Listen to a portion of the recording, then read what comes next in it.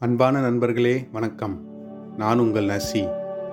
நமது பாரம்பரிய விரதமான வைகுண்ட ஏகாதேசியை முழு மனதுடன் வழிபடுவதனால் கிடைக்கும் நன்மையை உணர்த்தும் ஒரு குட்டிக் கதையை உங்களுக்கு சொல்கிறேன். முன்னொரு காலத்தில் பக்தி மேலாதிக்கம் செலுத்திய ராஜ்யத்தில் மன்னர் அம்பரீஷரின் இதயம் மகாவிஷ்ணுவின் கீர்த்தனைகளால் எதிரொலித்தது.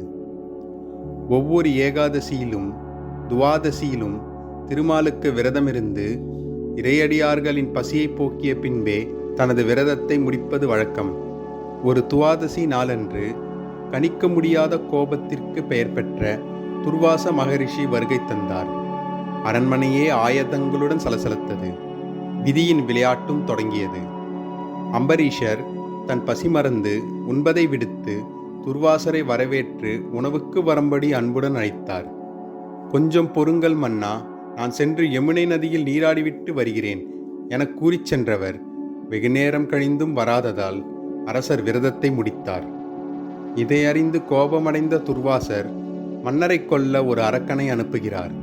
ஆனால் அம்பரீஷரின் அசைக்க முடியாத பக்திக்கு விஷ்ணு பகவானின் திருக்கரத்தில் இருந்த சுதர்சன சக்கரம் பக்தரை காக்க அவர் திருக்கரத்திலிருந்து இறங்கி துர்வாசரால் ஏவப்பட்ட பூதத்தை கொன்று பின் ஏவிவிட்ட அவரையும் துரத்தத் துவங்கியது.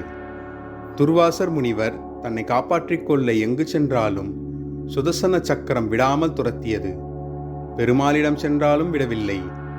மாயப் புன்னகையுடன் பெருமாள் சொன்னார், அம்பரீஷன் மனது வைத்தால் மட்டுமே உம்மை காப்பாற்ற இயலும், அவனை சரணடையும் என்றார்.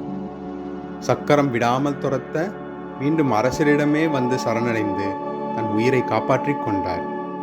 நிலையறியாத தன் கடுங்கோபம் ஏற்படுத்திய ஆபத்திலிருந்து தப்பிய துர்வாசர் தூய பக்தியின் முன் தன் தவ வலிமை ஒன்றுமில்லை என்பதையும் உணர்ந்தார்.